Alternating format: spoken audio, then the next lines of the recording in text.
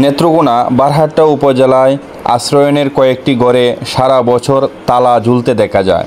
প্রশাসনের চাপে মাঝে মধ্যে এসে ঘরের বারান্দা ঝাড়ু দিয়ে ঘরের মালিক আবার উধাও হয়ে যায়।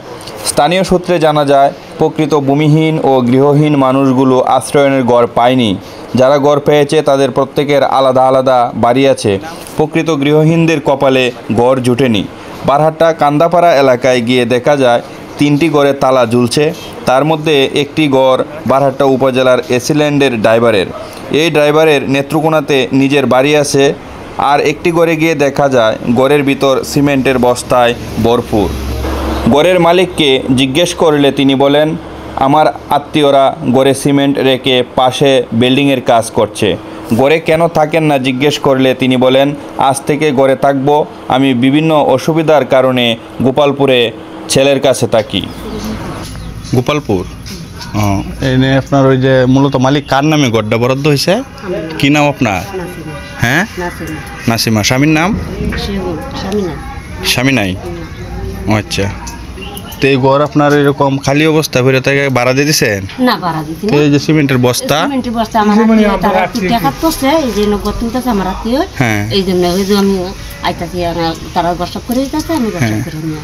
তো এই ঘরে আর এই যে 2 ঘরের মধ্যে তো এই ঘরের খবর আমি দিতে। আর ওই ঘরের মধ্যে তো ধরেন কোনোদিনই এরকম আমরা যখনই আসি তালা মারা থাকে। তো এই ঘর নেওয়ার কারণ কি মূলত আপনার? তালা মারা থাকে আমি সময় যে সময়ের মধ্যে আছি, এই সময় আমি খুব অসুস্থ।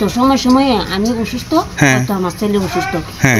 আয়ার যে সময় থেকে এই সময় খবর পেলে আপনারা আইসা আইসা বাড়ি আছে। আপনারা বাড়ি কোনটা? গোপালপুর কোন বাড়ি?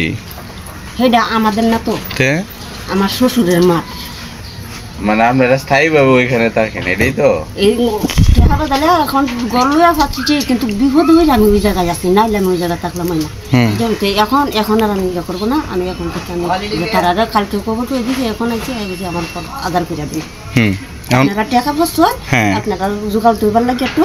আমি কদিনের সময় দিচ্ছি, আর ভাড়া দিচ্ছি না। এখন কবে থেকে ঘরে থাকবেন? কবে থেকে? এই আমি গরদার সব করে লইতে আছি, এখন থেকে থাকবেন?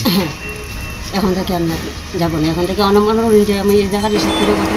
এদিকে বারহাট্টা পুরাতন কৌড়ের ভাঙা ভবনটিতে প্রকৃত গৃহহীনরা বসবাস করলেও তাদের দিকে কারোরই নজর নেই। গৃহহীনদের কাছ থেকে জানা যায়, তারা নজরানা দিতে না পারায় কারো নজরে পড়ে না। হ্যাঁ, লাগে দেয় না। কেউ 50,000, কেউ 20,000।